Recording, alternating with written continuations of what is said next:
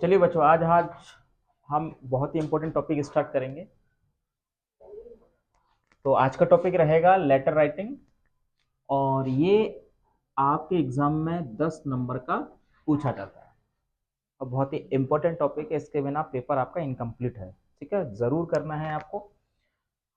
अगर हम letter writing की बात करते हैं तो हिंदी में क्या बोलते हैं इसको? पत्र लेखन। और इससे क्या किया जाता है? पत्र लेखन एक माध्यम होता है कम्युनिकेशन का, पत्राचार का। एक कोई भी इंफॉर्मेशन आपको देनी है, लेनी है, तो किसकी सहायता से ली जाएगी? लेटर की सहायता से दी जाएगी। ये रिटर्न फॉर्म होता है ये, ठीक है, लिखित में। ठीक है, देना या लेने वाली इंफॉर्मेशन को पत्र लेखन कहा जाता है। ठीक है, और क्या होता है देखते हैं। अगर हम लेटर राइटिंग की बात करते हैं, अगर आपको ये चीज सही करनी है तो केवल किससे की जा सकती है? प्रैक्टिस से ही की जा सकती है। ऐसा नहीं है कि आपने एक या दो लेटर बना लिए और आपके अंदर प्रोफिशिएंसी आ गई, दक्षता आ गई, आपके लेटर अच्छे हो गए, ऐसा नहीं है। प्रैक्टिस प्रैक्टिस प्रैक्टिस, ठीक है ना। जितना ज़्यादा प्रैक्टिस करोगे उतने ही लिखने की क्वालिटी आपके अंदर आएगी, फिनिशिंग आएगी। और ये मान के चलिए कि टू द पॉइंट अगर कोई चीज़ बोलनी है, चाहे ग्रामर हो, चाहे स्पेलिंग हो, राइटिंग हो, सारी चीज़ें आपकी डिपेंड करती हैं प्रैक्टिस के ऊपर। ठीक है, लेटर के बारे में। दूसरी चीज़, ये मॉडर्न डेज में बहुत ज़्यादा इंपॉर्टेंट है, क्योंकि आप जानते हैं जब भी हम ऑफिस या एडिटर या बिजनेस के पर्पज से कोई चीज़ देनी होती है, लेनी होती है, तो रिटर्न फॉर्म में ही ली जाती है। चाहे इसका फॉर्म बदल गया है, यार रिटर्न फॉर्म से भले ही वो डिजिटल फॉर्म में चला गया, लेकिन फिर भी वो इसी का ही रूप है, वो लेटर ही है। जो मेल जिसे बोलते हो, mail just like a letter ही होता है। ठीक है ना। तो मॉडर्न डेज में ये क्या है? इंपॉर्टेंट है।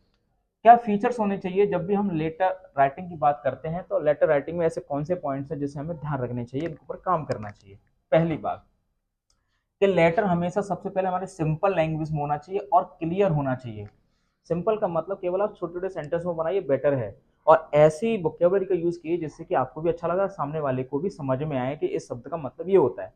और तगड़े तगड़े शब्द लिख रहे हो, आपने कहाँ कहाँ से याद कर करके आपने लिखे, वो शब्द लिख दे रहे हो, तो ये कोई अच्छी बात नहीं है कि बहुत कॉम्प्लिकेटेड वर्ड्स उसमें डाल रहे हो, है ना।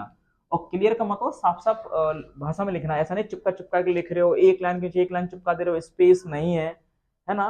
तो थोड़ा सा क्लियर भी दिखे, अच्छा दिखे, ठीक है ना, आपका कंटेंट अच्छा दिखे। दूसरी बात, रेलेवेंट इंफॉर्मेशन होना चाहिए। अगर आपको कोई भी लेटर, जैसे बिजनेस लेटर लिख रहे हो, एडिटर को लिख रहे हो, या कंप्लेन लेटर लिख रहे हो, तो वो जिस सब्जेक्ट के ऊपर आपको लिखना है ना, वो सारी बातें उसी के ही पॉइंट से जुड़ी हुई होनी चाहिए, है ना। आप मान के चलिए आप कंप्लेन लेटर लिख रहे हो सैनिटरी के लिए, तो सारी बातें सैनिटरी रिलेटेड होना चाहिए। ऐसा नहीं है कि साहब मेरा गांव है वहां पर, तो वहां पे भी देख लेना, साहब अधिकारी साहब से लिख रहे हो कि लगे हाथ आप कलवारी के साथ साथ आप दूध मेरे गांव में भी देख लेना, तो ये चीज रिलेवेंट नहीं है ना। तो जिस चीज के लेटर लिख रहे हो तो वो चीज वो इस चीज से ही कनेक्टेड होनी चाहिए, रेलेवेंट होना चाहिए। ठीक है। अगली बात, क्रोनोलॉजिकल सीक्वेंस होना चाहिए। क्रोनोलॉजिकल का मतलब होता है जैसे कि कोई भी आपने बातचीत बोल रहे हो, तो वो ऐसा होना चाहिए क्रमवार। ऐसा नहीं है कि पहली बात आगे की लिख दी, फिर लास्ट की लिख दी, फिर बीच की लिख दी। एक सिस्टम होता है, एक क्रम होता है ना। जैसे कि मान के चलिए, अब सैनिटरी व्यवस्था को पहले सही करवाना, पहले क्या लिखोगे? लेटर लिखोगे। जो भी आपके मेयर होंगे, है ना, या फिर आपको एडिटर को लिखना है, और एक क्रम से होना चाहिए। ऐसा नहीं कि पहले आपने क्या कर दिया, पहले आपने मान के चलिए पहले आपने लेबर लगा दी, फिर दूसरे तुम कंप्लेंट कर रहे हो, फिर आपने साफ सफाई करा ली, फिर दोबारा कंप्लेंट कर रहे हो, तो ऐसा नहीं होता है। ठीक है ना, एक सिस्टमेटिक तरीके से चीजों को लिखना होता है, समय या ये मान के चलिए समय से संबंधित जितनी भी चीजें हैं, है ना, तो वो टाइम के अकॉर्डिंग सारी चीजें दर्ज करनी होती है आपको लेटर के अंदर। ठीक। तो क्रोनोलॉजिकल सिस्टम वही होता है, टाइम टू टाइम। अगली बात, ब्रीफ मतलब लेटर को 2 से 3 पैराग्राफ में लिखें, इससे ज्यादा ना लिखें, और ब्रीफ लिखें, लंबा चौड़ा नहीं लिखना होता है। ठीक है ना, 80 to 100 या 120 वर्ड्स तक इसको ही लिखना होता है। ठीक है, 2 पैराग्राफ में लिख दो, थोड़ा बड़े हो जाएंगे। 3 पैराग्राफ लिखना है तो छोटा पैराग्राफ कर दो। ठीक है। और ब्रीफ होना चाहिए। ब्रीफ का मतलब शॉर्ट ही लिखना होता है, कोई लेंथी बात नहीं लिखनी, कोई आर्टिकल नहीं लिख रहे हैं। अगली बात कि लेटर में बिल्कुल भी कटिंग ना करें, ओवर राइटिंग ना करें, क्योंकि इससे हमेशा आपके नंबर कटते हैं। जब भी ओवर राइटिंग करोगे, घुसुड़ मुछुड़ करोगे, काटोगे पीटोगे, तो हमेशा लेटर के इंप्रेशन को खराब करता है। ठीक है। कट भी गया है बाई चांस 0.1% कट भी गया तो आपको सिंपल से एक लाइन उस पर काट देनी, लेकिन कुछ उसको काला सा करते रहते हैं। क्या करते रहते हैं? उसको काला सा करते रहते हैं, तो वो चीज और हाईलाइट होती है, वो हाईलाइट ज्यादा हो जाती है तो टीचर और नंबर काट देगा, कह रहा है इस पे ज्यादा मेरी बार बार नजर आ रही है, ये गंदा सा कर रखा है ना। मैं हमेशा बोलता हूँ ना, काटते इस तरीके से नहीं है ना, केवल आप सिंपल से एक लाइन उसको बीच में कट कर दो। तो ये बातें आपको याद रखनी है। अब बात करते हैं थोड़े इंपॉर्टेंट पॉइंट्स की, कि हमारे सिलेबस में केवल कितने प्रकार के लेटर हैं? 3 प्रकार के लेटर हमें पढ़ने हैं। लेटर टू एडिटर, ये वो पत्र होते हैं जो हम किसी समाचार पत्र के संपादक को लिखते हैं। कोई भी इंफॉर्मेशन आपको न्यूज़पेपर में छपवानी है, ठीक है, और अखबार को लिखना होता है, तो उसको बोला जाता है एडिटर, यानी लेटर टू एडिटर, ठीक है। नंबर 2, कंप्लेंट लेटर यानी शिकायत पत्र। जब आपको किसी भी अधिकारी को उस डिपार्टमेंट से संबंधित कोई भी बात बोलनी है, या फिर कोई भी प्रॉब्लम उस डिपार्टमेंट के अधिकारी के अंतर्गत आती है कि भाई ये जिम्मेदारी इसकी बनती है, ये सफाई की जिम्मेदारी इसकी बनती है, बिजली की जिम्मेदारी इसकी बनती है, क्राइम को देखना रोकना इसकी बनती है, तो हम क्या करते हैं? फिर कंप्लेंट लेटर लिखते हैं। और लास्ट है बिजनेस लेटर। कोई चीज खरीदनी है, बेचनी है, रिप्लेस करनी है, तो उसके लिए कौन सा लेटर आएगा? बिजनेस लेटर आएगा। कौन सा लेटर आएगा?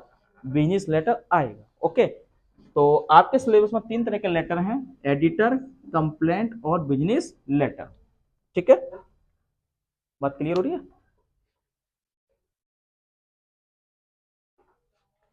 देखो अभी हम बात करेंगे लेटर टू एडिटर। तो पहला जो हम स्टार्ट करेंगे वो है लेटर टू एडिटर, ठीक है, यानी संपादक को पत्र। ये वो लेटर होते हैं जो चीज आपको न्यूज़पेपर में लिखवानी होती है, तो उससे संबंधित लेटर को लेटर टू एडिटर कहते हैं, ठीक है। तो सबसे पहले हम क्या बात करेंगे? फॉर्मेट, कि एक लेटर का फॉर्मेट हमारे पास होना जरूरी है, कि एक लेटर को लिखा कैसे जाएगा, कौन सी बात कहाँ लिखी जाती है, बॉडी ऑफ द लेटर क्या होता है, सैल्यूटेशन क्या होता है ना, वो होना जरूरी है।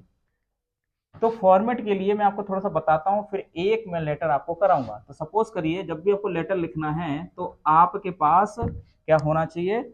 हमेशा नए पेज से ही लेटर को लिखना चाहिए, ठीक है। रिवाइज कर लो, मैं अभी ये कराने के बाद आपको क्वेश्चन देता हूँ, ठीक है बेटा। तो फ्रेश पेज से करना है, आधे पेज से नहीं करना। तो जब भी लेटर आपको लिखना है तो सबसे पहले यहाँ लिखोगे, यहाँ पर सेंडर्स एड्रेस। क्या आएगा बेटा? सबसे पहले सेंडर्स एड्रेस, यानी भेजने वाले का पता। जबकि मान के चलिए मुझे लेटर टू एडिटर लिखाना है, क्या लिखना है? Letter to editor. तो पहला अपना पत्र लिखूंगा मैं, ठीक है, जैसे कि नींद्रा कॉलोनी कलवारी आगरा, मुझे मुझे अपना एड्रेस डालना है। फिर यहाँ पे डाला अपने डेट। क्या डाला बेटा? डेट डाल दिया, ठीक है। डेट के बाद फिर आएगा यहाँ पर रिसीवर्स एड्रेस। क्या आएगा? और लेटर कौन प्राप्त करेगा? जैसे कि आपको हिंदुस्तान टाइम्स को लिखना है, इकोनॉमिक्स टाइम्स को लिखना है, टाइम्स ऑफ इंडिया को लिखना है, तो यहाँ डालेंगे। जैसे कि Hindustan times Agra, times of India Agra, तो रिसीवर यहाँ डालना है, ठीक है। उसके बाद एक डालना होता है आपको सब्जेक्ट। क्या डालना होता है बेटा? सब्जेक्ट, विषय क्या है, टॉपिक का, यानी लेटर का पूरा थीम क्या है, तो लेटर के सब्जेक्ट पे डालनी होती है, ठीक है। फिर अगली बात यहाँ लिखनी होती है सैल्यूटेशन। क्या होता है बेटा? सैल्यूटेशन का मतलब होता है अभिवादन। जो आप सर और मैडम लिखते हो ना, सर मैम करके, तो ये सैल्यूटेशन में आता है। क्लियर हो रहा है? फिर यहां से हम पूरी बातचीत को मेंशन करना शुरू करते हैं। जो भी आपकी प्रॉब्लम है, जो भी बात को एक्सप्रेस करना है, यहां से आप लिखना शुरू करते हो। और मैंने बताया, या तो आप 2 पैराग्राफ में उस बात को खत्म करें, और पैराग्राफ छोटे रख रहे हो तो आप उसको 2 पैराग्राफ में खत्म कर दें, ठीक है। तो मान के चलिए मैंने इस बात को 3 पैराग्राफ में खत्म कर दिया, यस और नो, तो ये मैंने यहाँ पर लेटर लिख दिया। तो जो मेन पूरी बातचीत मैंने शब्दों में बयां करी है, तो इसको बोलते हैं बॉडी ऑफ द लेटर, ठीक है, यानी पत्र का मुख्य भाग। तो ये मेन चीज है, इसकी आपको प्रैक्टिस ज्यादा करनी है, ठीक है। फिर उसके बाद यहाँ पे क्या करोगे? एक क्लोजिंग सेंटेंस डालोगे। क्लोजिंग का मतलब जब भी कोई आपकी बातचीत खत्म हो जाती है तो वहां पे एक लाइन डालते हैं, जिससे कि पता चल जाता है ठीक है बातचीत खत्म हो गई है ना। जैसे कि आप सी ऑफ करते हो, किसी बोलते हैं ओके ठीक है, ओके बाय, कल मिलते हैं, तो ऐसे हम बात बोलते नहीं बोलते हैं। ऐसी जो लेटर खत्म हो गया है तो आपसे उम्मीद है कि जल्दी आप कार्रवाई करेंगे, आपकी प्रतीक्षा में, है ना, जो भी हमें एक लाइन डालनी है, तो क्लोजिंग सेंटेंस होता है। फिर यहाँ पे क्या डालोगे? ठीक है, यहाँ पे फिर हमारा आता है कॉम्प्लीमेंट्री। क्या डालेंगे बेटा? कॉम्प्लीमेंट्री, ठीक है। कॉम्प्लीमेंट्री में आप डाल सकते हो जैसे योर सिंसियरली, आपका विश्वासी, है ना, इस टाइप से।